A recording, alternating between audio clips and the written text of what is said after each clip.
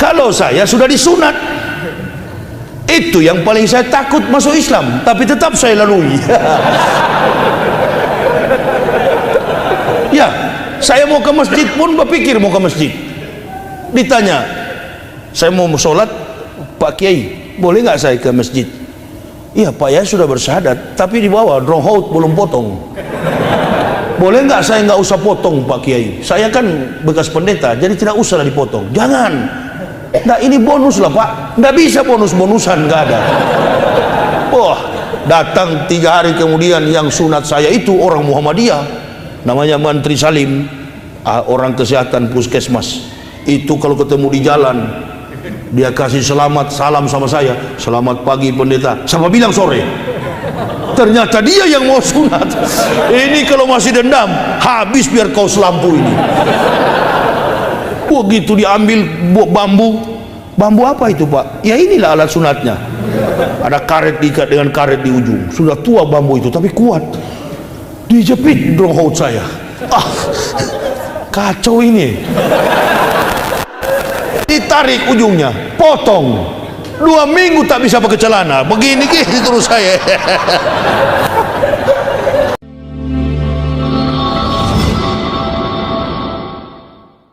As-salatu khairum minan naum. Datang sholat subuh, saya bangunkan istri. Kawan, bangun dulu kita sholat. Kamu kan belum hafal Pak ayat-ayat sholat. Ayo, pokoknya penting kita sholat. Kamu masih sakit, iya kamu jadi imam. Saya bilang istri saya. Jago betul, bekas kafir baru 3 hari masuk Islam. Ente jadi imam, kiblatnya kemana Pak? Tengoklah ke jendela, mana yang di jendela. Jangan terlalu banyak tanya kau. Masya Allah, Al-Fatihah belum hafal, ayat-ayat Al-Quran belum hafal, membaca tartilnya pun tidak tahu, mahrusnya segala macam belum tahu, karena baru 3 hari masuk Islam. Saya meneliti Al-Quran itu, banyak membaca translate-nya dari berbagai macam versi bahasa, tapi untuk hijayahnya harus perlu penuntun alias guru. Jadi saya sembarang, saya bilang kau, ya tapi kalau sholat itu mesti baca Al-Fatihah. Ya sudah tulis dulu, tulis. Masya Allah, dia menghadap, tengok kemana Pak? Menghadap ke jendela sana. Saya pikir kiblat itu di mana ada jendela kamar itu kiblat. Tengok ke sana. Berapa rakaat Pak? Mainkan 20 kali. Tengok ke kiblat sana. Bacanya pelan-pelan, cepat sedikit. Kalau baca pelan begini sampai sore baru selesai. 20 rakaat, jangan main-main. Begitu sujud berdiri, istri saya suruh jadi imam. Datang yang Islamkan saya, orang Tebu Ireng, namanya Pak Kiai Haji Komarudin Sofa. Dia intip, Pak Yaya, sholat apa itu? Saya bilang sholat subuh Kiai. Sholat subuh cuma 2 rakaat. Kiblatnya bukan ke sana. Jadi salah ini Kiai, salah. Allahu Akbar. Arah kiblat tidak tahu, suratul Fatihah belum hafal. Sama lah dengan Pak Jokowi waktu itu. Tengok ke sana, memang betul kan beliau tidak hafal Al-Fatihah, menyangkal apa, memang betul. Ada di YouTube diunggah itu, belum hafal Al-Fatihah Pak Jokowi. Tengok ke sana ke kiblatnya, salah di sini. Allah. Sudah Pak Yaya, nanti saya kasih buku, kata Kiai. Kasih buku warna kuning. Tuntutan sholat 5 waktu secara lengkap. Belum sampai zuhur, baru jam 10 pagi, saya sudah kunyah Al-Fatihah, sudah hafal saya. Cepat saya bilang, dengan beberapa puluh ayat-ayat pendek itu, 1 minggu ke depan, belajar Al-Quran, membaca Al-Quran suami istri kami, dalam tempo 15 menit saya sudah bisa baca. Kok cepat sekali begini Pak Yahya? Iya, karena ini sama dengan huruf Ibrani.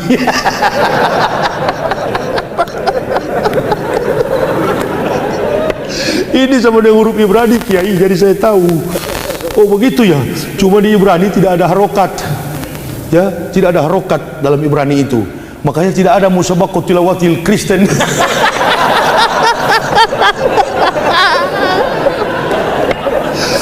Musabaqah tilawatil Bible, nonsense, tidak ada. Musabaqah tilawatil Quran, musabaqah tilawatil Bible. Saya pernah usulkan di Irian dulu. kalau orang Islam musabaqah tilawatil Quran, ayo kita bikin musabaqah tilawatil Bible.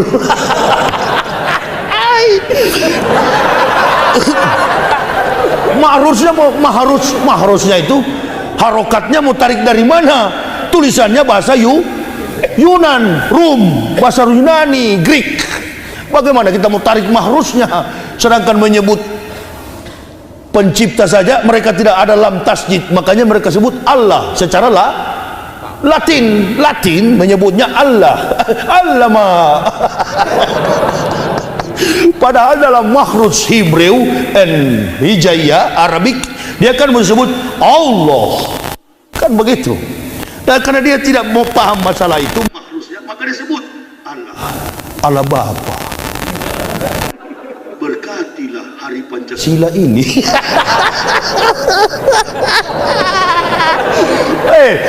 Ada tuh di YouTube itu dikirim sama saya, sakit perut saya ketawa. Itu yang Muslim ketawa-ketawa dalam hatinya, baca terus kau pir. Mana ada orang Islam mendengar yang begitu? Karena mereka kerja di Garuda, pura-pura saja dia dengar. Iya kan? Termasuk saudara saya itu yang satu, Robert Waloni itu, pensiunan masih di Garuda itu, general manager. Maka saya tidak mau naik Garuda itu. Saya takut doa bapak kaminya, ala bapak kami. Kalau bahasa Ibraninya abinu sebas samayem yitkada semeka tabu malkuteka jasere suneka kasir gambar atlem luken uten ladu hayom. Itu saya yang karang dalam bahasa Ibrani dulu. Adonai jismor kami kolra yesemur et nafseta mi kolra Adonai jismor ka kaufu eka me atawe at olamim. Yahudi tanduk di tembok padahal doa kutukan. Mampus kalian semua dulu. Tapi Al-Quran dibaca speak Arabic, pakai bahasa Arab. Allahu Akbar. Jangan coba-coba. Di depan-depan kita ini ada output dari Madinah, betul. Output dari Mesir, betul. Output dari Makkah, betul. Video viral. Hati-hati, Yahya Waloni bisa tipu umat Islam. Tipu bagaimana? Sedangkan ayat ini ada hafiz Quran. Betul nggak tuh ayat tadi, Imam? Betul nggak? Iya bacaannya, tapi ada bonus daripada ini yang tidak. Ya kan, jadi orang membaca itu akan terlihat mana ahli. Nah kalau antum pintar masuk Islam, nanti diuji di dalam Islam. Setiap pengucapan lafaz tentang ayat-ayat Allah, makhraj dan apa namanya kalau dalam bahasa ini, diftongnya akan ketahuan. Ini betul-betul memang orang terpelajar, cepat dia menguasai. Nah kalau di situ kan tidak. Itu tadi saya bilang, pakai baca tulisan Indonesia. Allah Bapa, di kesempatan ini berkatilah kami. Dua orang di belakang cuma tengok-tengok, kiki, mampus kau. Tidak ada yang aminkan. Kita kalau Bismillahirrahmanirrahim, alhamdulillahirabbil alamin, hamdan syakirin, hamdan na'imin, hamdan yuafi ni'amahu wa dukafi mazida. Bahasa Arab. Ini bahasa Ibrani, dia tidak tahu juga bahasa Ibrani. Adonai jismor kami kolra yesemur et nafseta mi kolra. Ya Tuhan kami, jauhkan kami sebagai bangsa yang terkutuk. Dia yang terkutuk, dia berdoa minta ampunan. Sudah berjelas terkutuk, bagaimana ada ampunan? Itu doa Bani Is. Makanya jidatnya dia tanduk di tembok ratapan. Nurut Yeremia, tembok di mana dia membunuh para 327 nabi di tembok itu. Itu kan tahu saya peristiwa-peristiwa pembunuhan nabi. Yahudi itu 300 lebih nabi dia bantai di situ. Ya, nabi yang luput dari tangan berdarah Yahudi cuma dua, Ahmad bin Abdullah, Isa al-Masih. Dua nabi inilah yang kemudian riwayatnya tercatat secara sempurna dalam yang menjadi perdebatan kaum kafirin wal mukmin. Orang kafir dan mukmin berdebat gara-gara studi tentang dua perjalanan hidup iman kedua nabi ini. Di sebelah sana menjadikan dia Tuhan, di sebelah sini menjadikan dia sebagai nabi. Di sini jadi Tuhan, di sini jadi nabi. Tapi kita ikut dari versi Tuhan. Bagaimana menurut Kristen? Turun ke dalam kerajaan maut, artinya Isa katanya mati, naik ke surga, duduk di sebelah kanan Allah Bapa. Alamak. Kata orang Malaysia, alamak. Betul ke? Naik ke surga, duduk di sebelah kanan Allah Bapa. Katanya di dunia Tuhan, sampai di surga tetap di sebelah kanan. Di mana-mana Yusuf Kala dan para menteri selalu di sebelah kiri kanan Jokowi, Pak Joko. Pak Joko di tengah, di sebelah kanan Yusuf Kala. Pak Joko Widodo presiden, wakilnya di sebelah kanan. Yang betul mana kira-kira? Yang menjadikan Tuhan atau yang menjadikan Nabi? Sampai di atas, pakai versi dia. Sampai di atas tetap jadi Nabi. Mana yang betul? Kristen atau Islam? Kristen atau Islam? Jangan pakai versi Al-Quran, pakai versi dia. Pakai versi dia, dia kalah. Sampai di sana pun tetap menjadi Nabi. Jadi Nabi Isa itu Nabi. Meja ini dari kayu. Yang buat meja ini pasti tukang kayu, carpenter. Carpenter statusnya adalah creature, pencipta. Sedangkan meja ini adalah creatures, ciptaan. Sampai kapanpun pencipta tetaplah pencipta, ciptaan tetaplah simple, logik dengan logika sederhana. Tidak bisa berubah. Sampai botak kepala para teolog, sampai botak kepala orang kafir. Pencipta tetap pencipta, ciptaan tetaplah ciptaan. Lebih baik saya miskin melarat hidup sebagai seorang Muslim daripada saya kaya raya digaji tapi masuk neraka. Keluar saya, keluar. Itu UKI Papua itu saya yang dirikan. Ente mau menyangkal biodatanya itu semua sistem kurikulum yang dibangun dulu itu ada di Dirjen Bimas Protestan tahun 2003. Jadi silakan kau menyangkal sekarang di YouTube, tapi arsip daripada UKI Papua itu dari Sekolah Tinggi Teologi Calvinis yang saya dirikan dulu. Ini pendeta-pendeta di Papua masih hidup, ada yang sudah ke neraka, sudah mati. Ini terakhir yang saya wisuda. Jadi ada panitia tanya, kan dihebohkan saya, Ustadz sekolah di mana? Ya saya bilang saya tidak tamat SD. Tapi kok saya jadi rektor bagaimana ini? Iya, saya tidak tamat SD. Sama kalau tanya Rocky Gerung, kau ijazahnya apa? Tidak ada ijazah saya. Tapi ada satu mata kuliah di UI yang tidak mampu diajarkan profesor, diajar oleh Rocky. Begitu juga saya. Bilang sajalah kalian jengkel, dulu mau tarik saya kembali, tapi saya tidak mau. Ditawarkan, nanti ditambahkan gajinya Pak Yahya, asal Bapak kembali. Tidak mau. Biar sajalah makan singkong, yang penting masuk surga. Masuk surga, bukan masuk Islam. Masuk surga. Daripada makan roti masuk neraka. Inilah tubuh Kristus. Roti dipecah-pecah. Roti. Kristus mati karena dosa-dosa kita. Inilah tubuh Kristus. Roti dibeli Cina, kafir di situ dipotong-potong. Makanlah, makan. Begitu dimakan roti, anggur kolesom. Inilah darah Yesus.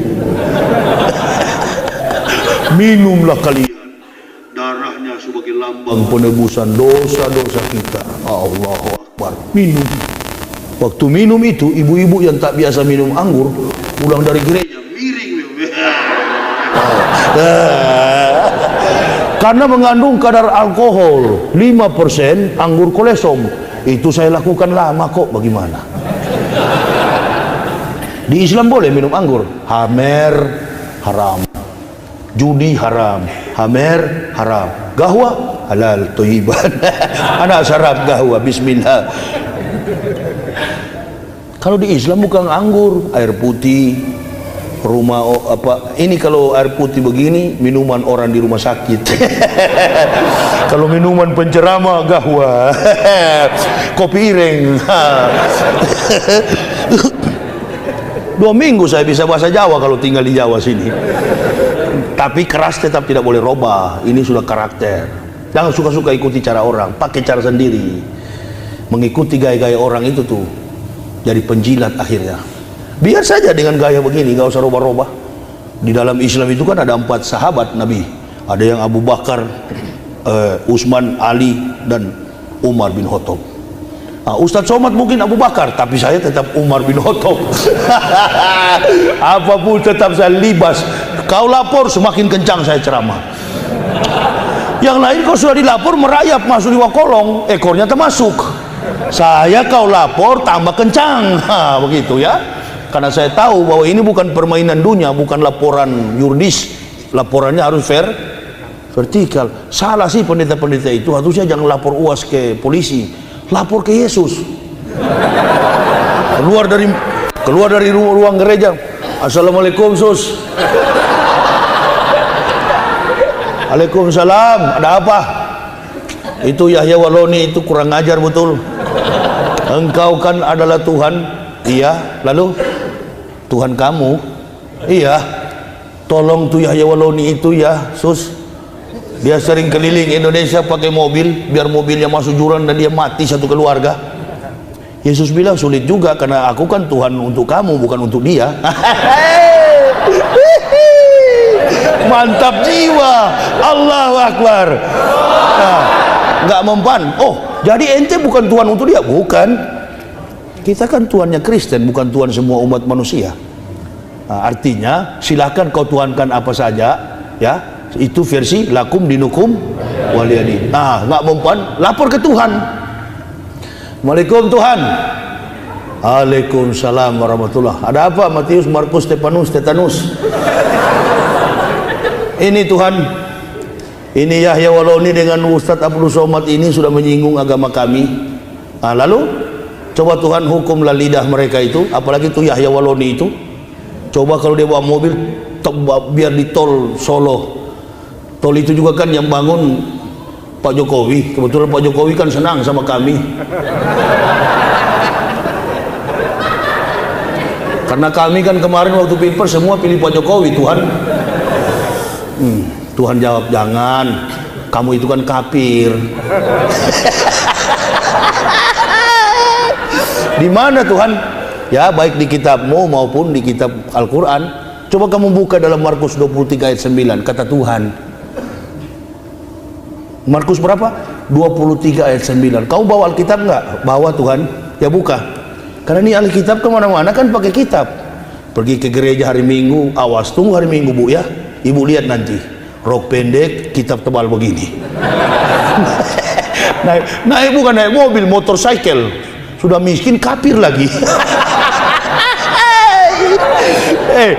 Kalau kita orang kaya Indonesia ini, jangan ente bilang Papua yang kaya, jangan bilang Kalimantan yang kaya, jangan bilang Riau yang kaya, Aceh yang kaya, Sumatera yang kaya. Bukan, yang kaya adalah orang Islam. Tidak ada itu. Coba kalau orang Islam tidak ada, mati negara ini, tidak ada kekayaan dilimpahkan oleh Allah Subhanahu wa taala.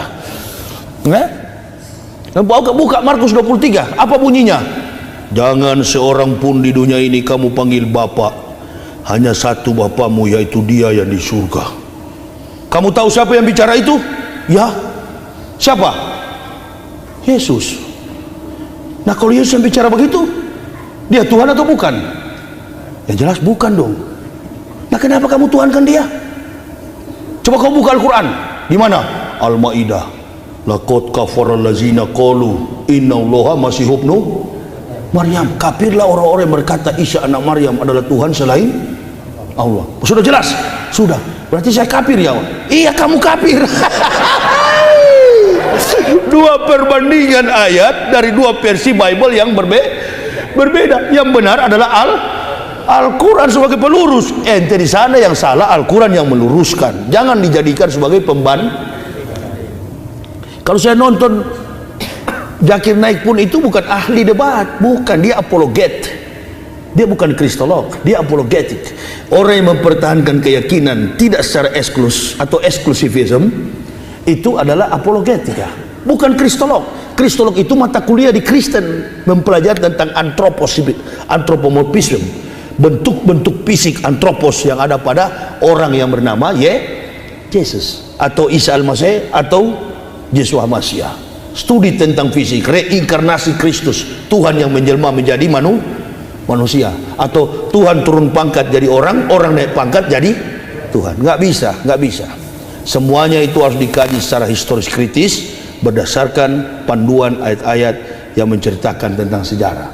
Di dalam kitab Al-Quran pun Maryam berserta anaknya ditulis dalam Al-Quran, surat Maryam. Nah, menunjukkan bahwa pelaku sejarah hidup dengan orang yang diceritakan dalam sejarah. Itu yang namanya kebenaran. Pelaku sejarah identik dengan sejarah yang dilakukan. Saya kira itu. Mudah-mudahan ini bermanfaat. Insya Allah besok kita jumpa lagi. Kalau kurang jelas, inilah data-data kepalsuan kitab Kristen yang sudah saya pelajari. Bagi jemaah mungkin yang ingin mendapati buku ini biodata saya secara lengkap, dan di dalam sini juga saya mewisudahkan para pendeta. Ini dokumen saya waktu pendeta. Saya terdaftar sebagai pendeta pada GKI di tanah Papua. Silakan. Makanya kok tidak ada pendeta dari Papua yang marah saya. Yang marah justru dari Nusa Tenggara Timur. Esra Sorow, orang masuk Islam dia marah.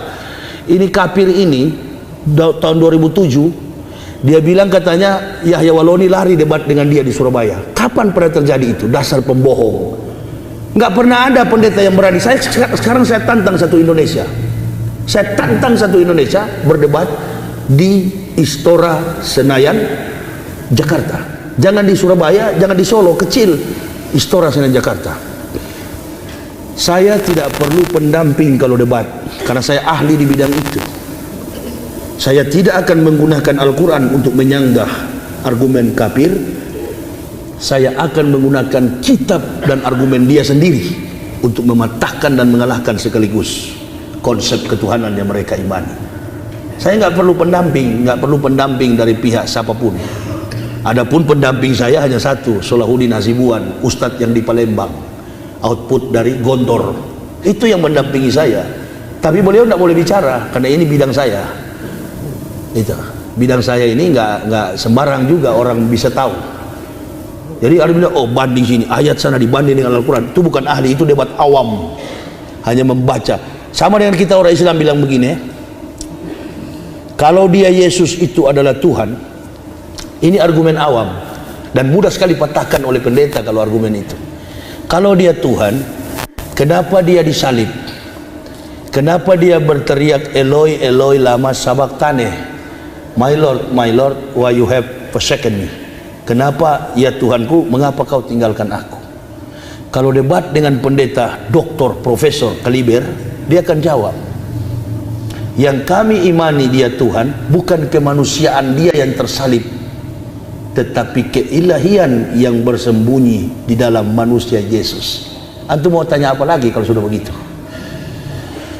Makanya jangan pernah akui Yesus adalah Isa adalah Yesus. Kita orang Islam dari Makkah Madinah sampai ke ujung-ujung dunia, masuk ke rumah orang Islam nggak ada foto Nabi Muhammad. Betul? Kenapa Nabi Muhammad tak punya foto? Karena di zaman beliau tidak ada tukang foto. Kalau di zaman Rasul tak ada tukang foto, bagaimana mungkin ada Nabi yang 576 tahun ada fotonya? Boleh dari mana jadi Tuhan ini? Nah iya, tadi kan saya sudah bilang Saiful identik dengan Indo. Nah sekarang gambar yang di poster itu siapa? Antum mau tahu? Yang bermain pada film The Passion of the Christ, yang dirilis di Yerusalem kemudian ditolak oleh rabi-rabi Yahudi Ortodoks. Siapa dia? Mick Gibbon, William Steve, yang bermain pada film The Passion of the Christ. Tidak identik dengan orang Timur Tengah, lebih identik dengan orang Belanda, American, orang Amerika, orang Belanda, artis Yugoslavia, artis Selandia Baru, New Zealand, artis Prancis, yang digambar-gambarkan. Kalau di Eropa, kalau di Afrika, Tuhannya seperti orang Jawa.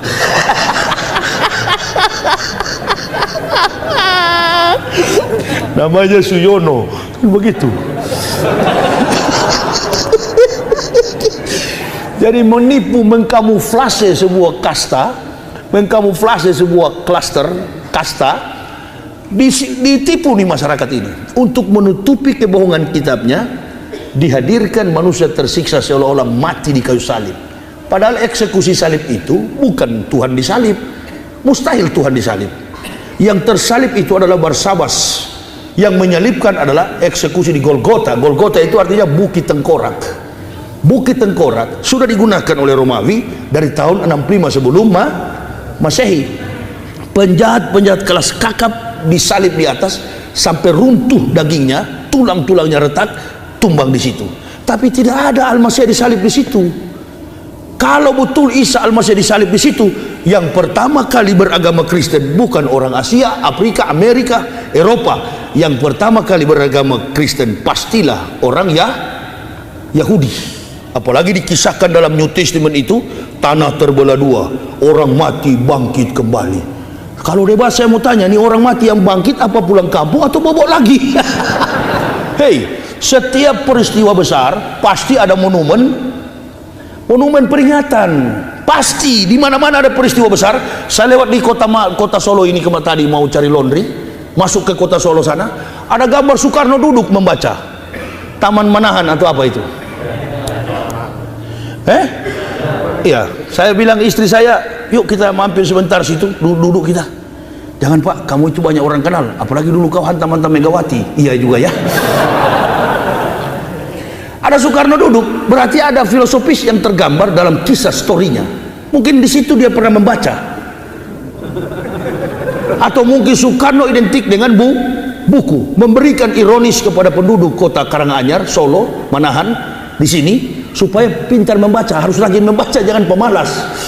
Mengingatkan manusia supaya rajin membaca. Bisa jadi begitu. Nah, kalau kematian Yesus betul, di mana salibnya? Orang Yahudi agamanya sekarang bukan Kristen, agama mereka adalah Yudaisme. Kitabnya Talmud, isinya Torah, Nebiim, Ketubim, Tenak. Bible Kristen itu, New Testament, Old Testament itu 66 kitab, 39 diadopsi dari kitab Bani Israel, 27 kitab itu adalah dongeng dan tahyul, diambil syarat dengan muatan surat tangan Paulus. Jadi itu bukan firman dari Allah, itu konsep yang dibangun dari otak ke otak. Makanya judul kitabnya nama-nama orang. Siapa yang dapat temuan bikin kitab. Matius, Markus, Lukas, Yohanes, Kisah Para Rasul, Rum, Filipus, Timotius. Itu semua murid-murid Paulus. Lukas. Makanya situ Lukas 5 ayat 3, Bisul 7 ayat 8. Bingung saya. Markus bilang lompat ke kanan, Markus bilang salto ke kiri. Saya sudah tahu nih bohong-bohongin dari dulu, tapi masuk Islam itu saya berpikir, kalau masuk Islam pasti hilang gaji besar ini. Tapi alhamdulillah begitu masuk Islam nggak berpengaruh sampai ke situ. Bohong itu kalau ada mualaf ke masjid, mualaf tolong bantu, itu bukan mualaf, kualat. Yang suka ke masjid minta-minta. Jadi yang dia kisahkan pengeluhan, siksaan. Orang Islam itu tak boleh sedih, selalu gembira, selalu kuat, dan tidak pernah mengadu kecuali hanya kepada Allah Subhanahu wa Ta'ala. Saya kira gitu ya. Nanti kita ketemu di tempat lain lagi. Insya Allah besok saya akan pulang. Saya usai acara di mana itu, Pak Agus? Itu festival apa itu? Muslim Fest, Muslim Festival. Jadi itu ada beberapa kiai, beberapa ustadz yang akan tampil. Saya ini yang dari kafir. Ya. Saya bukan ustadz sebenarnya. Lain kali kalau mau panggil saya persilakan berdakwah, jangan panggil ustadz, panggillah al-muhtadin. May yahdillahu fahuwal muhtadin wa may yudlil faulaika humul khasirun. Barang siapa yang diberi petunjuk, maka dia adalah orang yang mendapat petunjuk. Muhtadin. Tapi ada muhtadin di Jakarta Utara, pencuri handphone. Pencuri handphone. Kita pakai nama Muhammad, sedikit-sedikit masuk penjara. Jaga akhlak, sekali lagi persatuan, tetapi akhlak juga tetap dijaga. Hati-hati, bersatulah kita, kuatkan saudara-saudara kita Muslim, bersatu dari perbedaan mazhab, NU, Muhammadiyah, Banser, Ansor, FPI, mari kita bersatu. Kemarin FPI dan Ansor saya persatukan di Pontianak sana. FPI dengan Ansor, Banser bersatu semua.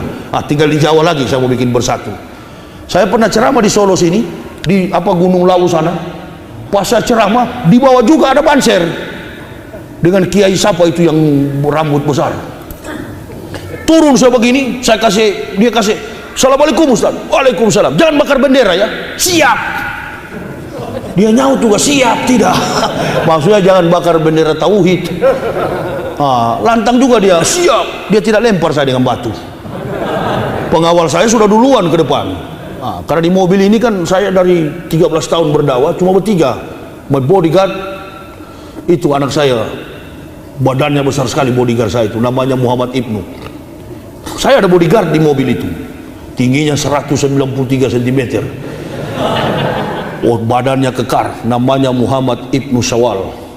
He was born 17 Juli tahun 2017. Dia baru lahir tahun 2017. Panitia masjid bilang, siapa pendampingmu Ustaz? Mana pengawal? Saya bilang, ada bodyguard lagi tidur di mobil. Wah, masa Ustaz ke masjid bodyguardnya tidur? Iya, pemalas betul dia. Dia intip, sudah, kesebangun. Nggak ada Ustaz, cuma ada anak kecil. Ya itulah bodyguard saya. Namanya Muhammad Ibnu Syawal. Masih mimik dia, masih netek. Ikut dari kandungan sampai umur 2 tahun, ikut berdakwah. Alhamdulillah, tak pernah sakit. Atas ridho dari Allah Subhanahu wa ta'ala. Insya Allah kita jumpa besok siang. Saya pamit. Sudahkan ceramah ini. Bagi ibu bapak, saudara-saudaraku yang berminat untuk memiliki buku saya ini dengan judul Kebenaran Islam Menurut Mantan Pendeta, silakan. Ini ajalah dulu dibantah oleh pendeta-pendeta itu. Tolong, kebenaran Kristen menurut mantan kiai, kan begitu. Tidak ada Ustadz Kiai pernah murtad, itu nggak ada, bohong kosong itu. Ya, kita jumpa besok hari jam 10 pagi di Muslim Festival. Saya akan ceramah dan langsung menuju pulang ke Jakarta. Terima kasih atas segala perhatiannya. Oh, poiku. Kalau tanya jawab tuh buku tidak laku nanti. Oh bisa. Coba berapa orang, Bang? Berapa orang mau bertanya? Oh iya, boleh. 3 ya, batasi ya. 3 ya. 3 yang mau bertanya. Tafadhol Mas Quran. Bismillah, ada 3 ayat. Iya. Ada 3 ayat ya. Ini di depan dulu. Ya. Depan dulu. Ya, langsung Pak, langsung. Ya. Satu-satu ya. Ah. Terima kasih. Assalamualaikum warahmatullahi wabarakatuh. Waalaikumsalam warahmatullahi wabarakatuh. Sebenarnya kan dalam At-Taubah 31 kan disebutkan bahwa orang Nasrani itu menyembah para rahibanya, antaranya juga menyembah Nabi Isa. Ya, itu mohon dijelaskan prosesnya seperti itu, kenapa dan contoh-contohnya. Terus yang kedua, ada rencana debat antara Dr. Yahya Haroni dengan pendeta Esa Solus. Ya, oh, saya takut kalau itu, tidak berani saya. Itu kapan dan di mana? Kemudian nggak jadi, saya takut Pak kalau itu. Nggak, yang pertama aja saya mau jawab dulu. Apa konteks fakta yang membuat orang Kristen menyembah dia, menyembah untuk nama Yesus itu, mengucapkan nama Yesus itu dari makanan, dari ucapan hari-hari. Bahkan kalau kita umpama kaget, Allahu Akbar, kalau dia tidak, darah Yesus. Itu tuh, karena darah Yesus tadi itu saya bilang, dia mati, darahnya menebus dosa-dosa manusia. Jadi otaknya itu dicuci untuk menutupi kebohongan teori ajaran mereka palsu, kitabnya palsu. Maka dijadikan orang seolah-olah tersiksa di salib. Lalu untuk meruntuhkan psikologis orang Kristen supaya sujud fanatis terhadap ketuhanan Yesus. Jadi penyaliban itu nggak pernah terjadi. Di Israel pun tidak ada, itu bohong. Karena kalau betul berarti orang Israel agamanya Kristen.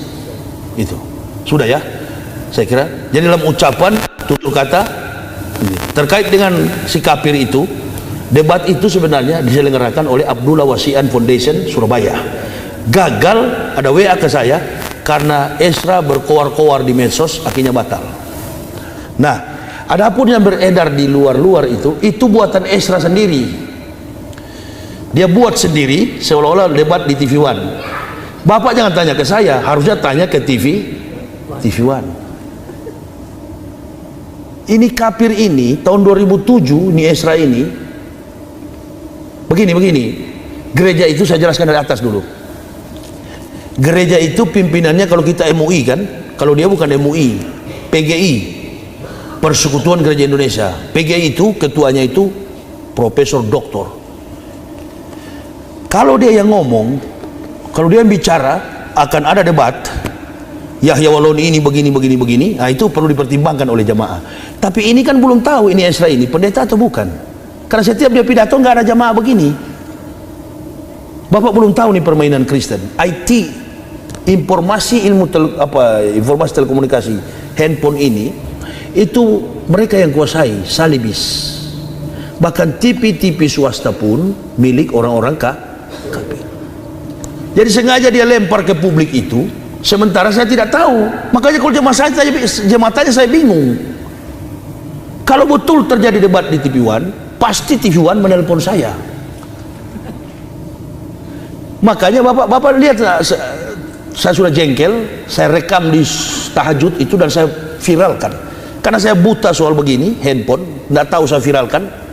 Saya suruh remaja masjid viralkan bahwa saya tidak menantang hanya Esra, semua satu pendeta di Indonesia. Adakah balasan dari komentar saya itu?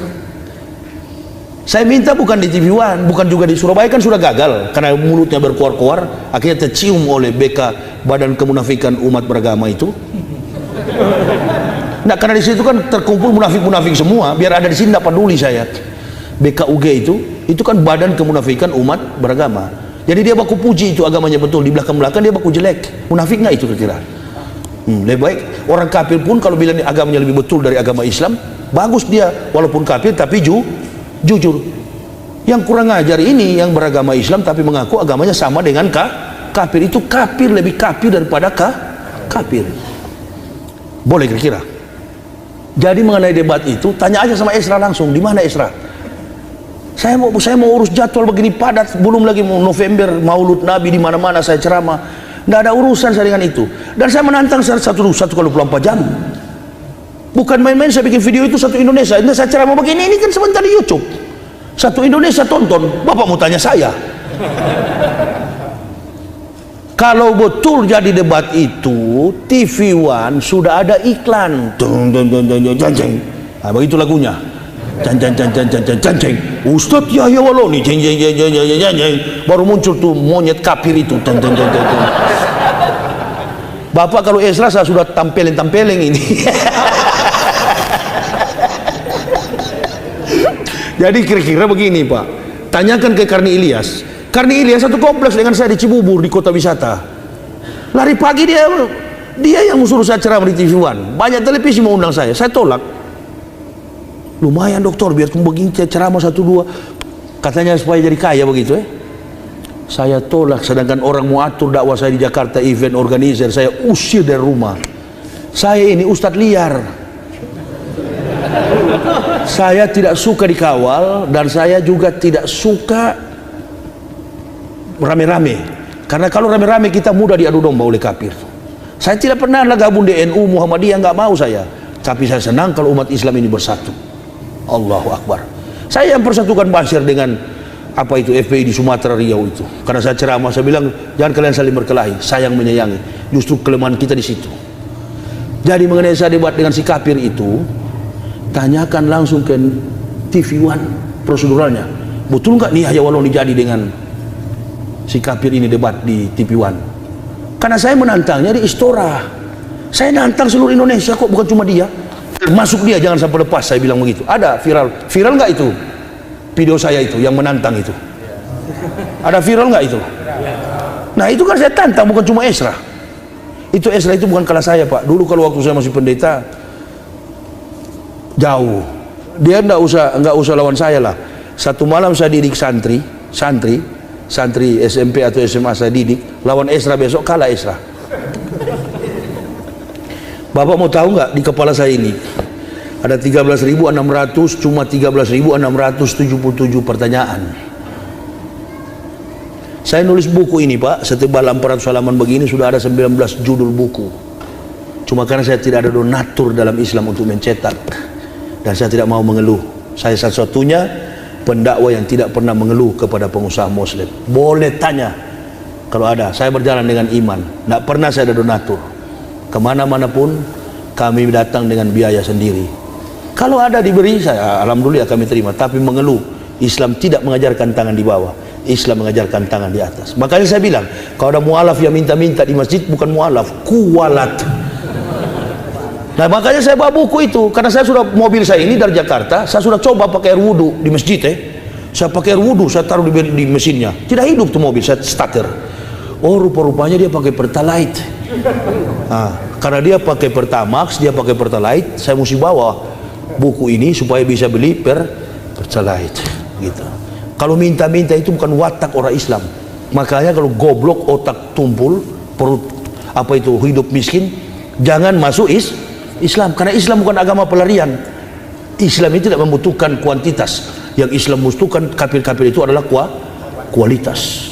Deddy Corbuzier aja masuk Islam karena penuntunnya berpakaian sembarangan. Deddy juga begitu, masuk masjid nggak pakai kopiah, kadang-kala pakai kaos, kasih tunjuk otot. Ada yang lebih berotot dari ente. Jadi siapa itu? Malaikat maut. Sekali dia cubit kamu, terlipat-lipat kau di sajadah situ. Ya iyalah. Antum mau tanya apa dek? Sudah jelas kira-kira Pak? Tanya ke Karnilias. Ya. Pakai mic supaya lain dengar. Ustaz Dr. Muhammad Yahya Walali, semoga Allah senantiasa bersama Ustaz. Amin. Ustaz, saya bingung Ustaz. Rumah saya 5 kilo arah utara dari sini. Apa itu? Di mana? Di mana dek? Klodran. Masih Solo. Perbatasan sama Boyolali. Boyolali. Ya. Semakin kencangnya sampai dan detik ini di masjid kami ada sekelompok yang mengatasnamakan merah putih Ustaz. Jadi beliau juga Islam dan begitu menunjukkan sikap nusantaranya. Dari kami saya sendiri yang baru belajar sunnah Ustaz, mohon maaf, kami ya tidak mau kelihatan di masjid kami begitu terkotak-kotak semenjak kehadiran beliau. Bagus. Apa yang harus kami lakukan Ustaz? Sabar. Innallaha. Kalau itu yang saya sampaikan tadi, dia mengaku paling NKRI, dia mengaku paling Pancasila, dia mengaku paling NKRI, tapi dia sebenarnya anti Pancasila. Dia besar hati itu apa? Sabar. Karena ini saudara yang kita hadapi. Sabar. Yang penting dia masih sholat di situ, sudahlah. Itu kebanyakan orang bodoh. Adik bersyukur. Kalau dia begitu berarti dia masih gampang diputar otaknya oleh para politikus. Kacau di Ambon, kacau di Poso, bukan perang agama. Tidak ada perang agama di Indonesia. Tapi Islam dan Kristen sering dijadikan kuda tunggangan untuk mencapai isu-isu politik. Yang bahaya itu kan bukan sekarang, yang dulu kemarin waktu pilpres, berdarah-darah kita. Bayangkan bulan Ramadan dihiasi dengan macam-macam dosa, saling bunuh, saling lempar, saling fitnah waktu pilpres kemarin. Jadi orang-orang itu sebenarnya orang-orang bodoh yang ditipu otaknya oleh para politikus busuk yang beragama kafir. Lupa. Mana alasannya Ustaz? Waktu sidang Prabowo di MK, ada satu pengakuan dari seorang, siapa ini yang lidahnya agak telur begitu, apa namanya, peluh. Dia mengatakan bilang mereka anti Pancasila, bilang mereka tidak NKRI. Statement itu keluar siapa? Hasto Kristianto, kafir. Itu yang ajarkan. Jadi umat Islam ini sebenarnya potensial sekali untuk mereka ajak untuk supaya membenci sesama Muslim. Nah, ada mau hadapi bagaimana mereka? Sementara konsep yang melekat di kepala mereka ini konsep politik. Caranya satu-satunya ialah, kalaupun ada saya kesempatan, boleh saya ceramah di situ. Ya, dan banyak sudah tempat-tempat begitu, akhirnya sadar. Undang ustadz-ustadz yang bijak, yang netral, yang tidak memihak kepada cebong dan kampret dulu. Tapi ustadz sekarang ini nyalinya payah juga saya lihat. Iya, imanuhum fi amplopihim dia. Bukan cuma amplop juga, memang penakut. Memang dasar kalau sudah diancam sekali. Saya sudah 13 kali lapor, pernah muncul di televisi. Dan saya langsung datang ke Mabes Polri di sana. Sudah dilapor saya jenderal. Terlalu over kooperatif ini Ustadz. Enggak, saya bilang sudah lelah juga kesana kemari berdakwah. Saya pingin sekali masuk penjara ini. Iya, begitu ya. Karena memang mesti begitu, mesti pakai watak Umar yang betul-betul Umar, bukan buat-buat Umar. Saya juga kadang-kala di jalan itu, baju kotor, ini saja baru bersih, baru dicuci tadi, keliling cari laundry. Kadang-kala kalau berdakwah di pedalaman, mampir di kali, cuci di kali, cari musola, pernah diusir kami. Marah-marah tuh yang apa itu marbot, banting ember, air sudah susah. Nah, cuci baju saya karena baju memang kering, acaranya nanti Isya, tapi mampir jaraknya 120 lebih kilometer. Saya cuci baju di situ, dipikir jamaah tablik saya.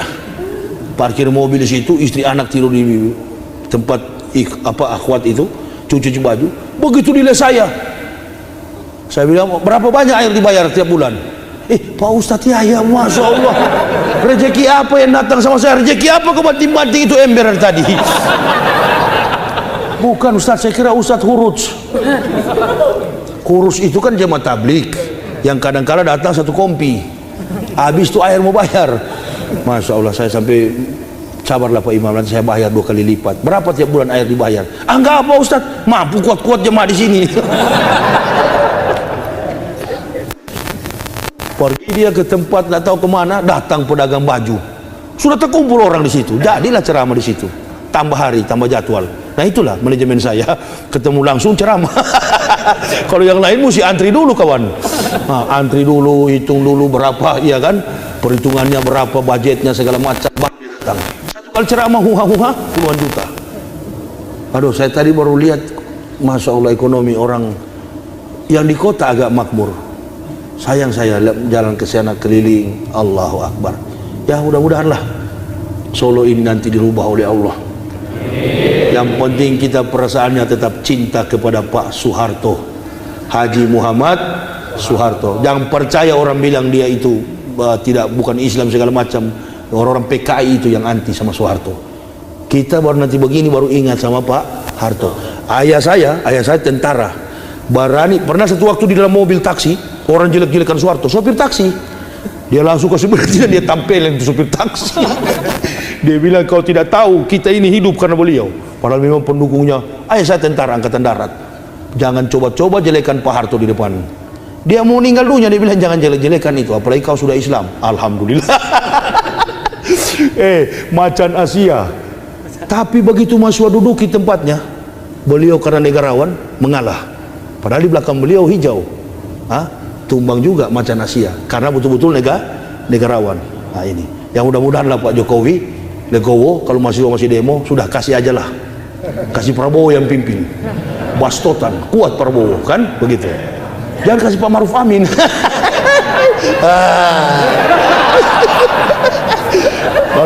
baru satu ronde rubuh, baru satu ronde robo nanti.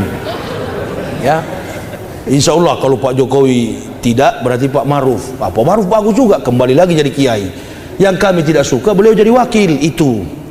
Kalau mau langsung jadi presiden, kami bangga. Ya, tapi bagaimana umur sudah begini? Nanti naik pesawat, siapa yang mau pegang di sarung? Allahu Akbar. Tapi nggak apa-apa lah, biarlah. Kalau beliau jadi presiden ditakdirkan Allah, kita bersyukur. Alhamdulillah. Karena ulama berarti kembali lagi. Tapi kalau wakil tetap politikus, ya. Kalau dia jadi presiden Pak Maruf berarti adalah ulama. Saya kira itu, nggak usah tanya-tanya banyak lagi. Nah, satu lagi, apa lagi? Nama saya Ahmad, mahasiswa UMS. Ya. Tadi kan dikatakan bahwa Yesus itu dalam keyakinan Kristen berasal dari, kalau nggak salah, teologi Yunani. Ya. Atau filsafat manusia. Yang saya tanyakan, bagaimana ketika kita umat Muslim mempelajari filsafat, dan apakah itu dianggap menyerupai kaum Kristen atau? Oh no. Yang dilarang dalam Islam itu, filsafat itu adalah induk dari segala macam pengetahuan ilmu.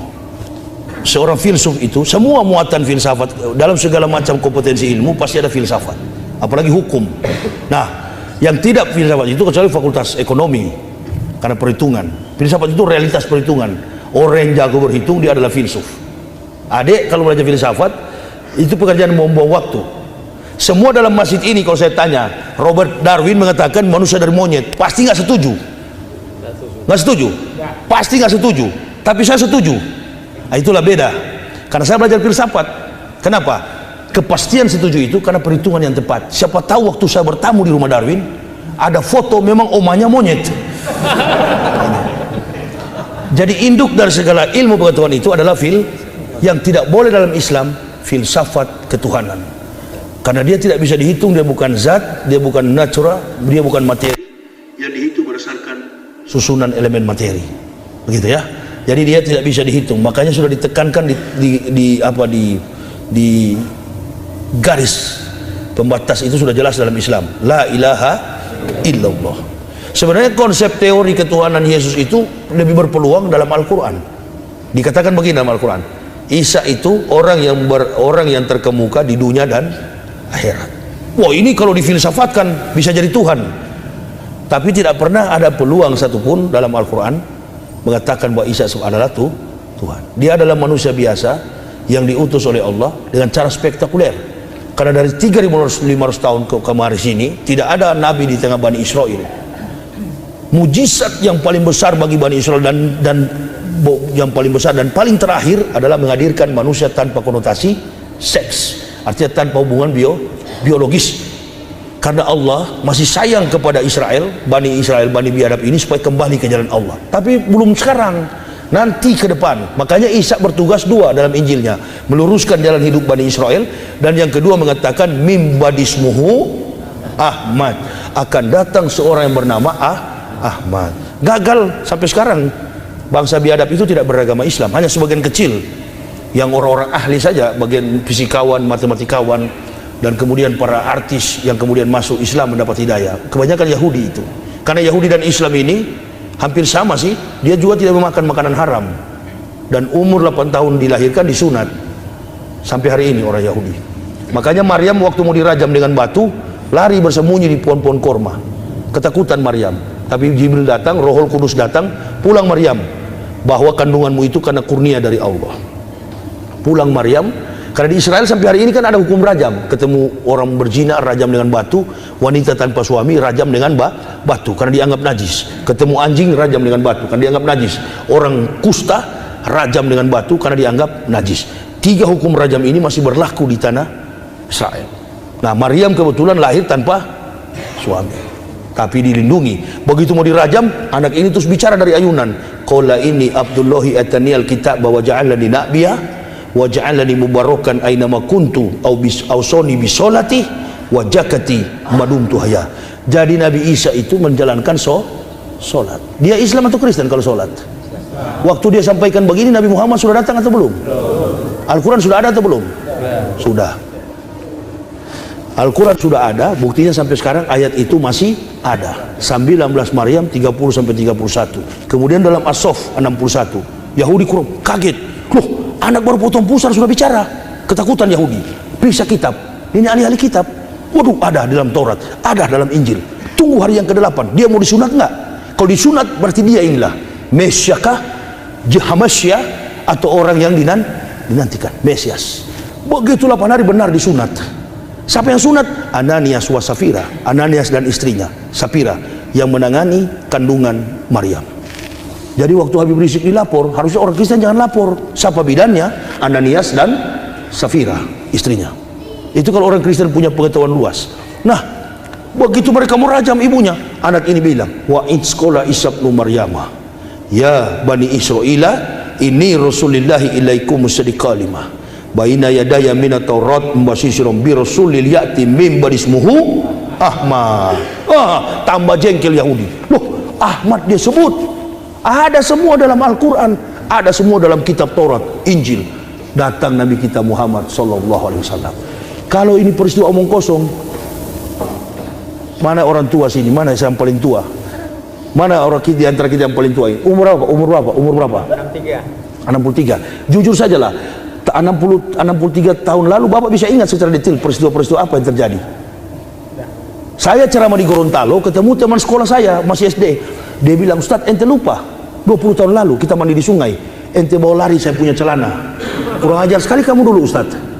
Saya tidak ingat, tapi dia ingat. Artinya begini, memori manusia ini hanya mampu merekam peristiwa maksimal 30 tahun. Siapa yang kasih tahu Nabi Muhammad jaraknya 576 tahun lalu membuat kitab buku ini yang tersusun secara sistematis, kontekstualis, teologis, and rasional? Tolong bantah itu. Makanya Al-Quran bantah. Kalau kamu kafir dan munafik mau bantah kami, mengatakan kami pendusta, semisal satu surat saja kalian buat, kalau boleh, satu surat bukan satu kitab. Sampai hari ini Al-Quran tantang, tidak ada yang berani. Dan pernah terjadi itu di Eropa, konven pendeta di dunia, dia robah tuh Alkitab. Apa dia bilang? Saya menghadapi kesulitan karena setiap kata dikunci oleh Muhammad dengan angka 9. Setiap kata dalam Al-Quran ini ujungnya 9. Kalau dia puluhan, 19, Kalau dia 100-an, 109, 129. Setiap kata sinonimisasi Quran dikunci dengan angka 9. Itu yang dimaksud, kami yang menurunkan, kami yang menjaga. Asal jangan salah hitung. Saya sudah hitung secara detail. Setiap kata dikunci dengan angka 9. Kapan Nabi Muhammad belajar komputer? Karena yang bisa mengunci angka dalam prediksi angka itu hanya komputer. Saya kira lebih banyak lagi. Nantilah bagaimana orang-orang jenius yang masuk Islam berdasarkan keterangan versi Al-Quran. Itu di judul di tempat yang lain. Nanti kehabisan bahan semua di sini. Honor juga mesti ditambah sebenarnya kalau sudah jam begini. Ya, saya kira begini yang bisa saya sampaikan. Untuk lebih jelasnya pandangan tentang kerasulan Nabi Muhammad menurut Bible dan kebohongan ajaran Kristen, silakan baca buku ini dengan judul Kebenaran Islam menurut Mantan Pendeta, disambut oleh Dirjen Bimas Islam Departemen Agama Republik Indonesia. Kalau yang mau ingin memilikinya, ambil di mobil saya. Dia tidak boleh bawa di sini, Ji. Di masjid tidak boleh berjualan. Silakan ada di mobil saya Fortuner. Ada istri saya yang akan melayaninya dengan beberapa orang ibu. Saya kira itu yang bisa saya sampaikan. Kita bermunajat kepada Allah. Bismillahirrahmanirrahim. Alhamdulillahirabbil alamin. Hamdan syakirin, hamdan na'imin, hamdan yuwafi ni'amahu wa dukafi mazidah. Ya Rabbana lakal hamdu kama yanbaghi li jalali wajhikal karimi sultanik. Subhanaka la nusanan alaika anta kama asnait ala nafsikal walakal hamdu hatta tarda. Allahumma habib ilaina al-iman wa zanyu fi qulubina wa kari ilaina al-kufra wal fusuq wal isyan waj'alna minar rasidin. Allahumma tawaffana muslimina wal hikna bisalihin ghaira huzaya wala maftunin. Allahumma ij'alna muflihin. Allahumma aftah akfala qulubina bijikrika wa atbim alaina nikmat wa asbik alaina min fadlik waj'alna min ibadika salihin. Rabbana taqabbal minna innaka antas samiul alim wa tub alaina innaka antat tawwabur rahim. Wassalatu wassalamu ala sayyidil anbiya'i wal mursalin Muhammadin wa ala alihi wa sahbihi ajmain. Subhana rabbika rabbil izzati amma yasifun wa salamun alal mursalin walhamdulillahi rabbil alamin.